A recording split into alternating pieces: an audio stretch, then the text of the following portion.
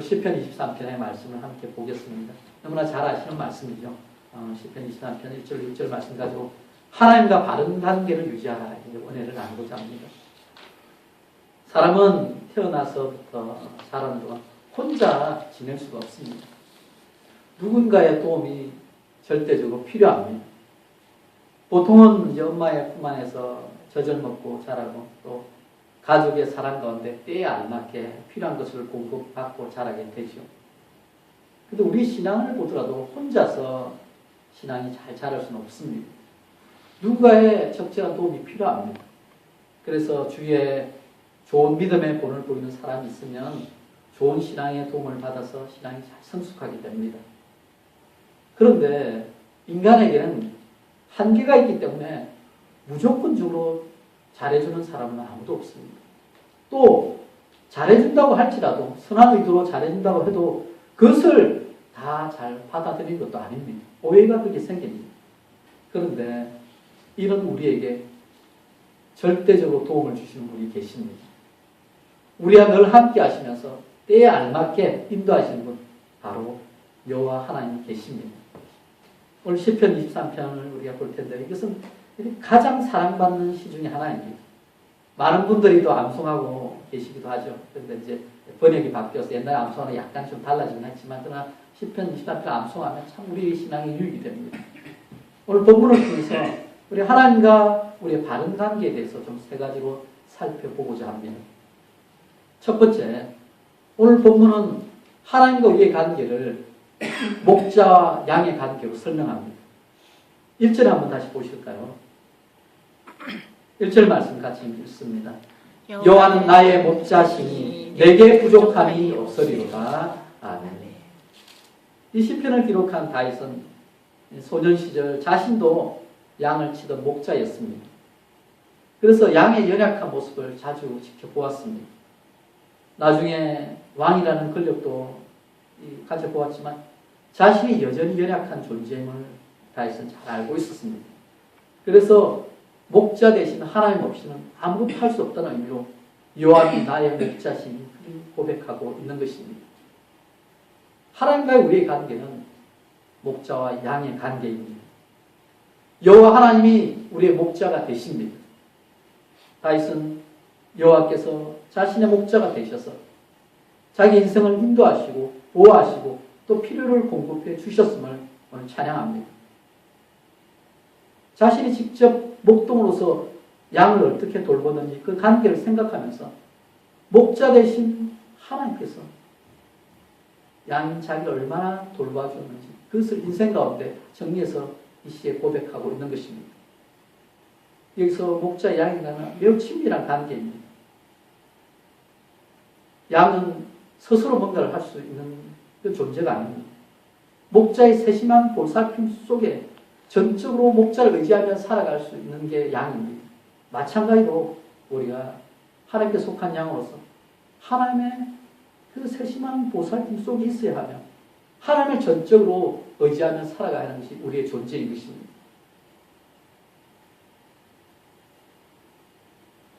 여기서 다윗이 목자와 양의 관계로 하는 우리 관계를 설명하면서 부족함이 없다고 그렇게 자신의 인생을 고백합니다. 내게 부족함이 없으리라 이렇게 하는 그 표현에는요, 내게 부족함이 없을 것이다 하는 미래의 소망만을 나타낸 것이 아닙니다. 과거에서부터 현재까지 경험을 가지고 고백하고 앞으로 또 인생 가운데 어떻게 목자가 지켜줄 것인지 그게 부족함이 없다고 하면서 확실히 신뢰하면서 믿음 가운데 이 말을 하는 것입니다. 그런데 목자의 역할 가운데 가장 중요한 것이 양에게 필요한 모든 것을 공급해 주는 것이죠. 그런데 살펴보면요, 양이 자기 마음대로 원한다고 무조건 가고 싶은 곳으로 가게 놔두지는 않습니다. 종종 양이 가는 곳은 위험한 곳이 되고 종종 죽음의 낭떠러지가 될 수도 있기 때문에 양이 가는 길에는 분명히 제한이 있습니다. 그런데 오늘 시인은 내게 부족함이 없다고 고백합니다. 사실 양이 좀 어리석더라도 목자가 바른 판단을 가지고 세심한 인도하고 보호할 때 그런 가운데는 양이 보살핌을 받고 또 양의 필요는 채워집니다. 다윗은 목자이신 하나님이 자신의 인생 가운데 함께 하셔서 자기는 연약하고 부족했지만 그러나 그 가운데 하나님께서 채워주셔서 부족함이 없다고 고백하는 것입니다. 또한 앞으로도 하나님께서 자신의 필요한 모든 것을 채워줄 것을 신뢰한다는 믿음의 고백을 이 시 가운데 하고 있는 것입니다. 사랑하는 여러분, 하나님께서 우리의 목자 되십니다. 우리에게 부족함이 없도록 채워주시는 바로 그 하나님이십니다. 그런데 여러분, 하나님을 생각할 때 하나님께 뭔가 부족함이 있을 것이라고 우리가 생각할 수 있겠습니다. 하나님은 풍성하신 분입니다. 모든 좋은 것, 또 우리가 필요한 모든 것을 다 가지고 계십니다. 그런데 인간적으로 우리가 볼 때는, 우리가 생각할 때는 우리 삶 가운데 부족함을 느낄 때가 있죠. 그때 기억할 사실이 있습니다. 하나님께서 우리의 필요를 채워주시지만 우리의 욕심을 채워주시는 것은 아니라는 사실입니다. 그런데 종종 우리는 우리에게 주어진 것에 대해서 감사하기보다는 없는 것, 또 더 갖고 싶은 것에 욕심을 내어서 그거에 대한 아쉬움으로 불평할 때가 있습니다. 그런데 우리가 어릴 때부터 지금까지 여러분 인생을 살펴보면요, 어느 정도 우리가 오르막도 있고 내리막도 있지만, 그러나 지금 여러분을 살펴보시면 그래도 여러분 뭔가를 가지고 있다는 것입니다. 뭔가 여러분이 주어진 게 있다는 것이죠. 꼭 필요한 것은 우리에게 이미 주어져 있습니다. 그래서 우리가 뭔가 뭔가 부족하다고 느껴서 초조해질 때 우리 이것을 기억하는 게 중요합니다. 우리 하나님은 결코 우리처럼 속이 좁으신 분이 아닙니다. 우리 하나님은 풍성하게 주시길 원하시는 분이십니다. 그러나 우리의 인생에 욕심을 채워서 우리를 망치시는 분이 하나님 아니시라는 사실도 우리가 기억해야 합니다. 목자 대신 하나님을 의지하게 하고 또 부족함이 없도록 채워주십니다. 그래서 없을 때는 그것을 통해서 하나님을 더욱 의지하게 하시고 또 그때 꼭 필요한 것을 공급해 주셔서 하나님 우리의 목자 되심을 보여주시는 것입니다. 여기서 잠깐 제가 질문 하나 드릴 텐데요. 잘 생각하고 답해 보시기 바랍니다. 시편 23편에 양이라는 단어가 몇 번이나 등장할까요? 다시 살펴보시기 바랍니다. 양이라는 단어가 몇 번이나 등장할까요? 구체적으로 양이라는 단어는 한 번도 나오지 않습니다. 아무리 찾아봐도 찾을 수가 없습니다. 그런데 이 시를 읽을 때 우리는 우리 자신을 양이라고 생각하면서 우리가 이해하게 되죠. 2절에 보시면 충분히 우리가 이 장면을 상상할 수 있습니다. 우리가 양으로서 목자가 인도하시는, 하나님 인도하시는 그대로 이렇게 할 수 있는 것이죠. 이렇게 고백할 수 있는 것이죠. 2절 한번 같이 우리가 양이라는 입장에서 우리가 고백하겠습니다. 2절 같이 읽습니다. 그가 나를 푸른 풀밭에 누이시며 실만한 물가로 인도하시는 것. 여러분, 양이 생명을 유지하는데 가장 필요한 것이 먹을 것과 마실 것입니다. 그것이 바로 이 푸른 풀하고 맑은 물입니다. 그래야 생명을 유지할 수가 있는 것이죠. 그런데 이 시의 배경이 되는 이 팔레스타인 지방은요, 건조한 날씨 때문에 메마른 땅이 대부분이었습니다. 따라서 목자가 양에게 필요한 풀밭하고 심을 누릴 만한 이 물가를 찾는 것이 쉽지 않았습니다. 그럼에도 불구하고 참된 목자는 이러한 책임과 수고를 마다하지 않고 열심히 수고를 감당했습니다. 목자는 또 우기와 건기를 따라서 푸른 물과 마실 만한 물을 찾아다니면서 양떼에게 때에 알맞게 필요한 것을 공급해 주었습니다. 그래서 양들은 좋은 목자를 따라다니면 그냥 때에 알맞게 배불리 먹을 수 있고 또 힘을 누릴 수 있고 또 물을 얻게 되는 것입니다. 그래서 하나님 우리의 관계 속에서 기억할 사실은요, 우리의 양이기 때문에 양이 뭔가 찾아다니면서 그렇게 고생할 필요가 없다는 것입니다. 결국은 기억할 사실은 하나님께서 이끄시는 대로, 목자가 이끄신 대로 우리가 잘 따라가고 있느냐, 아니면 딴 길로 세워서 하나님의 뜻을 놓치고 있느냐, 이것을 우리가 확인해 보아야 하는 것입니다. 여기서 푸른 불밭에 누이시나 할 때 이 누이시다는 이 문자적 의미가 목자가 양을 눕게 만든다는 그 의미가 있는데요. 여기에 보면 이 목자 양의 친밀함을 드러냅니다. 양의 습성상 불안하면 절대 눕지를 못합니다. 따라서 이 얘기는 지금 누울 수 있다 이 얘기는 목자가 이 양을 안전하게 보호하고 세심히 돌봐주었다는 그 사실을 알려줍니다. 실만한 물가를 얘기할 때요. 이게 심의 물, 잔잔한 물이라고 할 수 있는데 이것은 평온하고 조용한 물가를 말합니다. 그런데 이 당시에 물이 많이 공급되는 것이 아니라 분명히 그 강야 가운데 맹수들도 물을 마실 수 있는 곳을 찾습니다. 그러니까 물도 이 경쟁이 되는 것이죠. 그런데 목자가 야생동물을 피해서 양들을 조용히 먹을 수 있도록 그런 것을 찾아서 준비해 주었다는 것은요. 엄청난 수고가 그 가운데 있었다는 것입니다. 사실 야생동물을 보면 목자 없는 양들은 또 연약한 동물들은 길을 쫑긋 세우고 언제든지 달아날 준비가 되어 있습니다. 불안한 것이죠.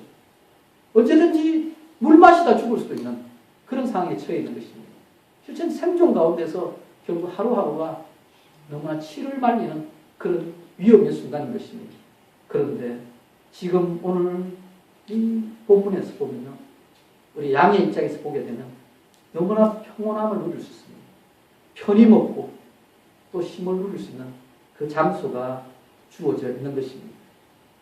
이것은 목자가 풀을 공급하기 위해서 수고하고 또 마실 수 있는 물을 위해서 또 안전한 장소를 찾아서 양들을 이끌어 내셨다는 것입니다.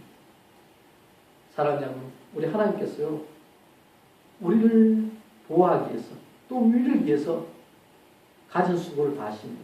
그래서 가장 알맞는 곳으로 우리를 인도하시고 또 우리의 삶의 필요를 채워주시고 우리에게 하나씩 또 필요한 것을 공급해 주시는 것입니다. 그래서 우리의 삶 가운데 인정할 것은요. 매 순간순간마다 내게 있어야 할 것은 우리 목자님이 하나님께 채워주신다. 이 사실을 믿음으로 고백해야 하는 것입니다. 오늘 이 고백이 지금 보시면요. 다윗의 고백이지만 우리의 고백도 이 가운데 세워져야 합니다. 우리의 고백도 이 가운데 담겨 있어야 합니다. 계속해서 3절을 한번 보실까요? 3절에 이렇게 고백합니다. 내 영혼을 소생시키시고 자기 이름을 위하여 의의 길로 인도하시는도다. 여기에 영혼이라는 말은요. 호흡이라는 말이 있습니다. 그리고 생명, 인격이라는 그 뜻을 포함하고 있습니다. 따라서 이 내 영혼을 소생시키시고라는 말에는 하나님의 도우심으로 다윗이 생명을 보호받고 힘을 얻었음을 의미하는 것입니다. 목자가 양에게 양식을 공급하고 휴식을 제공함으로써 양을 회복시킨다는 그 뜻이 여기에 담겨 있습니다. 그런데 여러분 목자가 이렇게 신선한 풀과 물을 먹이기 위해서 늘 새로운 목초지를 찾아서 이동하게 되어 있습니다. 그런데 그 길을 오늘 3절의 말씀은 의의 길이라고 표현합니다. 하나님께서 다윗을 올바르고 안전한 길로 인도할 뿐 아니라 하나님께서 의로우심을 보여주는 그 길로 이 다윗을 인도하시고 우리를 인도해 주시는 것입니다. 사랑하는 여러분, 하나님께서 우리에게 이끄시는 그 길, 최선의 길입니다. 우리에게 꼭 필요한 길로 이끄십니다. 따라서 그 가운데 우리가 믿음을 드리고 따라가느냐, 아니면 그것을 거부하고 어리석은 양들처럼 길을 다른 길로 가서 어떻게 보면 하나님께서 허락하신 풍성한 것을 놓쳐버리고 아무도 없는 그 어둠의 계곡에서 죽어가느냐, 이 차이가 있는 것입니다. 따라서 이 세상에 살아갈 때요, 목자 대신 주님을 잘 따라가게 되면 아무리 어려움이 있고 힘든 상황이 놓여질지라도 그 가운데 평안을 누릴 수 있는 것입니다. 오늘 하나님 백성으로서 우리가 하나님의 이름에 합당한 모습으로 살아가야 하는데요. 우리를 향한 하나님의 놀라운 사랑과 계획 가운데 어려움이 있을 수 있습니다. 여기서 우리가 두 번째 살펴볼 교훈은요. 하나님과 우리의 관계는요. 고난 속에서 더 깊어져야 한다는 것입니다. 말씀을 계속 보실까요? 사진에 보시면 분위기가 바뀝니다. 그러나 여전히 다윗은 그 가운데서 주님을 신뢰하고 있는 모습이 드러납니다. 환경은 바뀝니다. 사진을 한번 말씀 같이 보겠습니다. 같이 읽습니다. 내가 사망의 엄침한 골짜기로 다닐지라도 해를 두려워하지 않을 것은 주께서 나와 함께 하시니라. 주의 지팡이와 막대기가 나를 안위하시나이다. 아멘. 강야의 짐승들은 연약한 양떼를 노리고 있었습니다. 풀을 뜯어먹고 물을 마시고 다음 장소로 이동할 때도 양들은 늘 생명의 위협을 받는 그 상황에 노출되어 있습니다. 특히 그늘져서 어두운 골짜기로 지날 때는 더 많은 위험이 따르게 되어 있었습니다. 우리가 인생을 살다 보면 참 모든 게 잘 풀리는 좋은 때도 간혹 있지만 또 그런 일이 많기를 바라지만요. 종종 주위의 환경이나 상황에 그 힘든 때를 우리가 처하게 됩니다. 본문에 다윗도 그런 상황을 당한 일이 있었습니다. 마치 양이 사나운 짐승들이 숨어있을 만한 아주 험한 골짜기를 지나는 때처럼 그렇게 지나다 보면요, 목자가 제대로 못 보는 그 순간에 양이 그냥 습격을 당해서 희생을 당하게 되는 것이죠. 다윗이 그런 극심한 고난과 위협과 환난의 상황을 경험했습니다. 사실 다윗의 인생을 보면요, 우리가 왕으로서 다윗을 기억하지만 그러나 평생에 걸쳐서 시험을 통과해서 하나님을 더 깊이 만났습니다.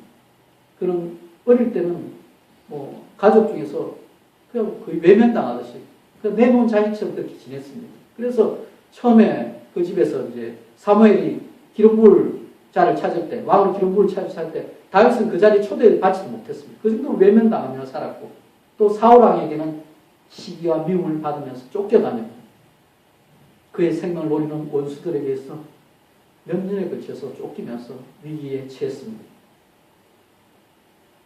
동굴 속에 숨어 다니면서 그렇게 생명을 겨우 부지할 때가 많았습니다. 그 인생의 실패도 맛보았고 또 죄 가운데 넘어지기도 했습니다. 그러나 그 모든 시험을 통과해 견디기 어려운 그 시험 환난을 통과해서 다윗은 더욱 하나님을 의지하며 친밀한 하나님과의 관계를 회복했습니다. 그래서 우리가 하나님의 마음에 합한 사람, 위대한 사람으로서 다윗을 우리가 만나게 되는 것입니다. 여러분 생각해 보십시오. 다윗의 인생에 아무 어려움이 없었다. 어려움이 없었다 하면요, 다윗의 그 인생 가운데 하나님과의 친밀한 교제가 이처럼 형성되지 않았을 것입니다. 인생을 살면서 우리가 가장 힘든 때를 지나면서 누가 나의 진정한 보호자 되시고 누가 진정한 도움이 되시는지 확인할 수 있습니다.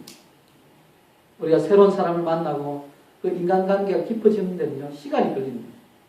그래서 시간이 지나면서 어떤 사람과의 관계는 더 깊어지기도 하고 어떤 경우는 처음에 좋았다가 그 관계가 소원해지기도 합니다. 그런데 진실한 관계를 확인할 수 있는 때가 바로 위기의 순간입니다. 위기의 순간에 고난의 때에 함께 하는 거 아닌가, 이것이 그 관계의 질을 결정짓습니다. 우리가 혼자서 견뎌내기 힘들 때, 견뎌내기 어려울 때 좋은 사람을 만나서 도움을 받는 것은 얼마나 큰 힘이 되고 위로가 됩니다. 힘들 때는요, 적절한 도움을 받는 것이 필요합니다. 그리고 나중에 우리가 또 도움을 줄 수 있는 상황이 되면 그 도움을 베풀면 되는 것이요. 그런데 우리가 반드시 기억할 사실은 사람은 한계가 있다는 것입니다. 좋은 의도를 가지고 선한 마음을 가지고 도와주고 싶으나 도와주지 못하는 것이 인간입니다. 왜냐하면 능력이 안 되니까 그렇죠. 모든 것을 다 채워줄 수 있는 능력은 우리에게는 없습니다. 그래서 사람이 아무리 잘해주더라도 100% 완벽하게 다른 사람의 필요를 채워줄 수 있는 사람은 아무도 없습니다. 그래서 종종 이 99개를 잘해주더라도 하나 때문에 실망하고 소위 삐져서 관계가 끼어지는 경우도 종종 보게 됩니다. 고난의 때 우리는 진실을 마주하게 됩니다. 그때 우리는 우리와 함께 하시는 주님을 만날 수 있는 것입니다. 다른 사람들이 다 떠나고 믿었던 사람들에게 그렇게 배반당하고 의지하는 사람들이 다 주위에서 사라질 때 그때 남아있는 분이 누군지, 그분이 바로 주님이십니다. 그렇게 주님을 만날 때 그 가운데는 우리 하나님과의 친밀한 교제 가운데 들어갈 수 있는 것입니다. 그렇다고 여러분 사람과의 다뭐 배반을 받아 이 얘기가 아닙니다. 그러나 늘 기억할 사실은 결국은 사람은 모든 것을 다 채울 수 없다는 사실을 기억해야 합니다. 본문 4절에 나오는 주께서 나와 함께 하심이라고 하는 그 말에는요. 여기가 영어로 보시면 오늘 아마 주보에 또 영어로 표현된 그 영어로 받으실 텐데 거기 보시면 뭐라고 되어 있느냐. 여러분 여기부터는요. 이 주께서에 해당되는 그 표현을 원어로 2인칭 대명사로 영어로 you라고 나와 있습니다. 지금 처음부터 시작되는 그 가운데 3절까지는 하나님을 he라는 3인칭으로 지칭하여서 하나님과의 우리의 관계를 설명했는데 지금 4절, 5절에서는 우리말로는 주라고 번역된 단어가 영어로 you라는 2인칭을 사용함으로써 하나님과의 더욱 친밀한 관계를 드러냅니다. 시인은 함께 하시는 하나님으로 인해서 어떤 상황에서도 위로를 받을 수 있었던 것입니다. 지금 환경이 바뀌었죠. 푸른 풀밭, 실만한 물가 같은 경우는 상황이 좋은 때입니다. 그때는 목자 대신 우리가 인정할 수 있죠. 그러나 사망의 엄침한 목자, 위기의 순간, 그때는 우리가 환경만 보면서 하늘을 놓치기 쉽습니다.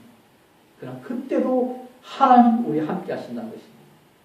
하나님께서 우리와 함께 하실 때 어떠한 환경이 있을지라도 우리는 그 가운데 안전을 보장받고 또 그 가운데 생명을 보장받을 수 있는 것입니다.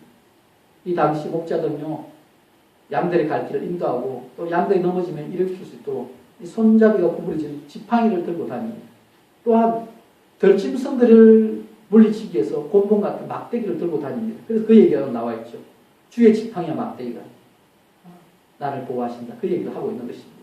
이 얘기는요, 목자가 어떠한 상황에도 양을 지킬 준비가 되어 있다는 것입니다. 우리가 극심한 환난을 겪을 때 그때 환경을 보고 우리가 불평하고 불만하고 낙마할 것이 아니라 그 가운데 함께 계시는 하나님을 바라보며 그 가운데 평강을 누릴 수 있어야 하는 것입니다. 그것이 진정한 믿음인 것입니다.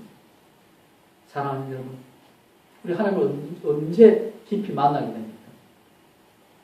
제가 개인적으로 경험해 보니까요, 참 뭔가 삶이 괜찮고 평온할 때는 기도를 하더라도 좀 이게 감사기도, 평안한 기도를 하는데 좀 간절한 기도가 좀 사라지는 것 같습니다. 제가 그걸 직접 느끼게 되더라고요. 그런데 삶이 어렵고 힘들 때는 그때는 누가 시키지 않는데도 이게 자연스럽게 금식이 될 수 있고 자연스럽게 하나님에 대해서 간절함 가운데 메어가게 되더라고요. 그러면서 결국은 그 어려움을 통과하는 그 순간에 하나님을 더 깊이 만나고 그 가운데 이전에 경험해 못한 그 믿음의 지경이 더 깊어지는 것을 보게 되는 것입니다. 여러분, 하나님을 깊이 만나게 되는 때는요, 사망의 엄침한 골짜기를 지날 때입니다. 이때는 목자의 도움이 철저히 필요합니다. 우리는 한 번도 살아보지 못한 미래의 하루하루를 살아갑니다. 한 치 앞도 모르는 인생을 살아가는 것입니다. 여러분, 앞날에 대한 두려움이 있을 때, 그런 긴장이 있을 때, 그때가 바로 목자 대신 주님을 찾을 때입니다. 그때가 간절히 기도하고 하나님을 찾고 만날 때인 것입니다. 이때가 누구로부터 전해들은 하나님, 모태신앙으로서 누구한테 배웠던 그 하나님을 넘어서서 살아계신 하나님, 진짜 나와 함께 하시는 나의 하나님으로 만나고 고백할 수 있는 때인 것입니다. 계속해서 5절 살펴보겠습니다. 5절에 보시면요, 하나님 역전을 이루시는 걸 보게 됩니다. 5절 말씀도 같이 있습니다. 주께서 내 원수의 목전에서 내게 상을 차려주시고 기름을 내 머리에 부으셨으니 내 잔이 넘치나이다. 아멘. 다윗은 여기서 하나님을 이 손님을 환영하면서 귀한 대접을 하는 주인으로 묘사합니다. 고대 근동 지방에 원수에게 쫓기는 사람이 있는데, 그런데 자신을 보호할 수 있는 그 사람의 천막이 들어가게 되면 그 주인의 보호와 한대를 받을 수 있게 됩니다. 마치 도피성 같은 역할을 하게 되는 것이죠. 하나님께서는 다윗에게 잔치를 베풀어 주십니다. 그런데 더 놀라운 것은 하나님께서 이 풍성한 잔치상을 베푼 상황이 원수들이 지속적으로 이 다윗을 대적하는 상황이라는 것입니다.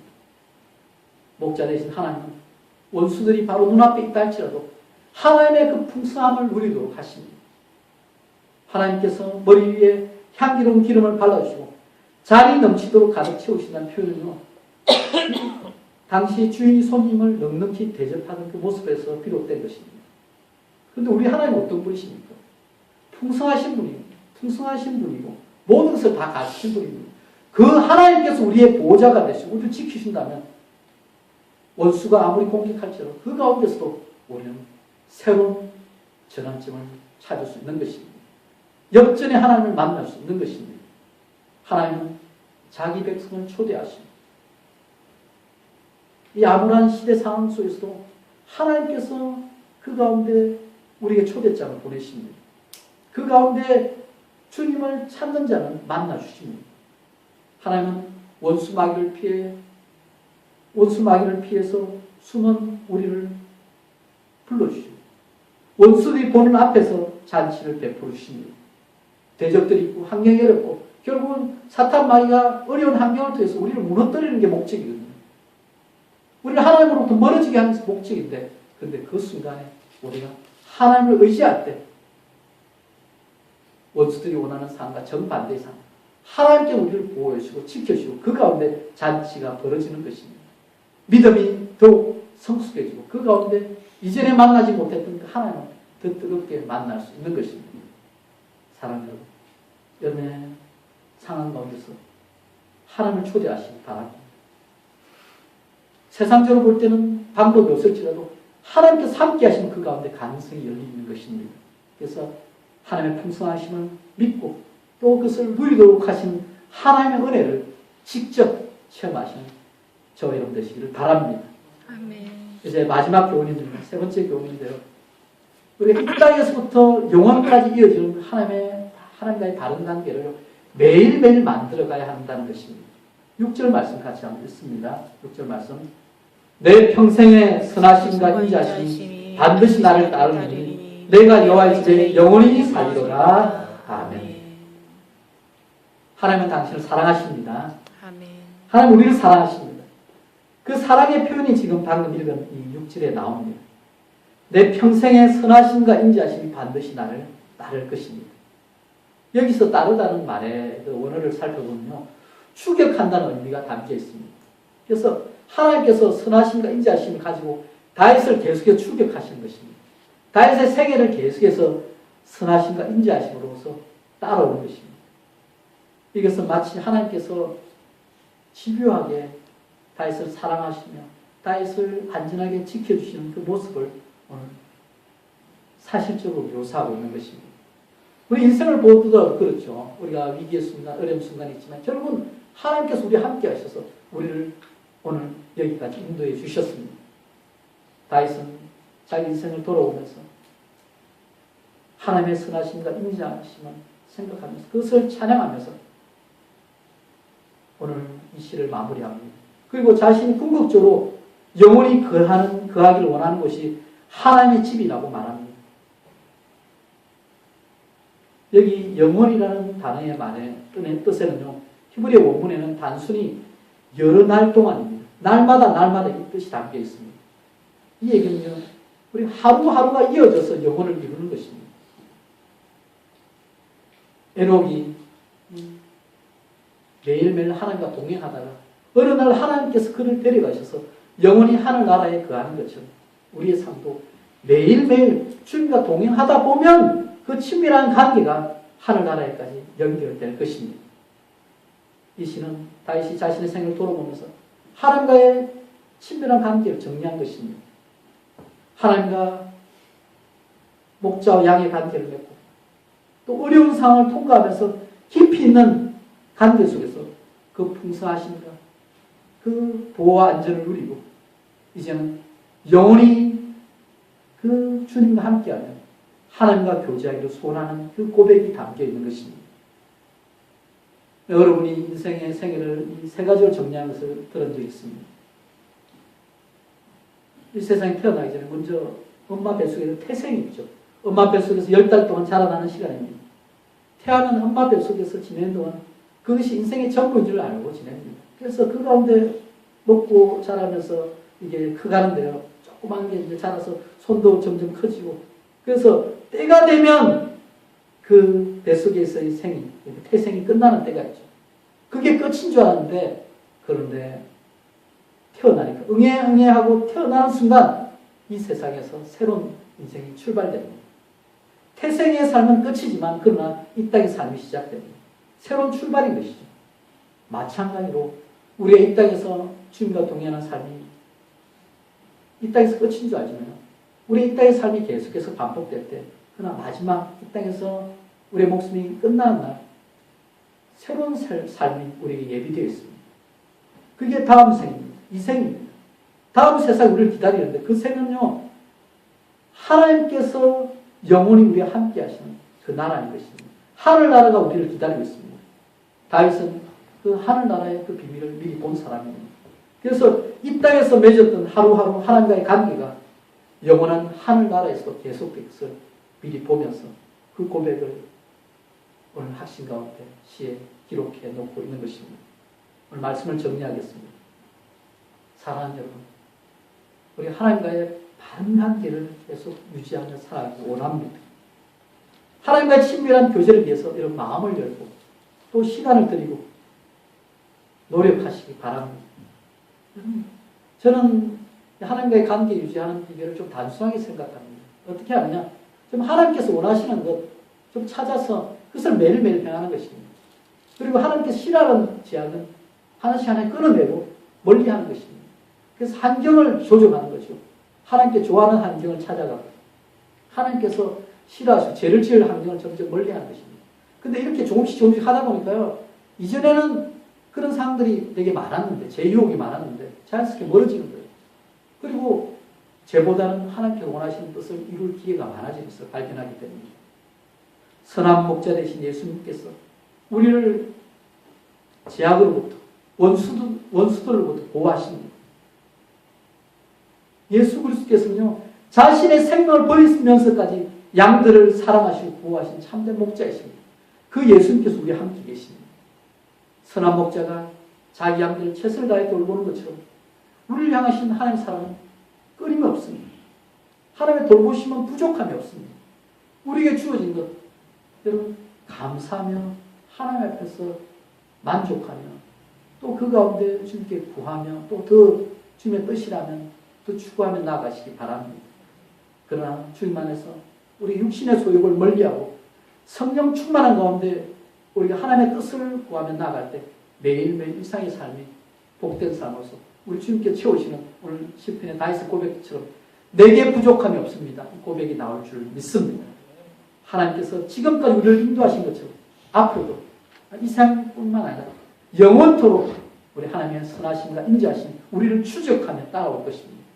오늘도 하나님과의 바른 관계 좀 다시 한번 점검해 보시면서 이 한 주간도 하나님 원하시는 뜻대로 순종하면 이 땅에서 시작된 이 풍성한 하나님과의 이 관계 속에서 그 관계가 영원한 하늘날까지 이루어지시는 저와 여러분 되시길 예수 그리스도 이름으로 축원합니다.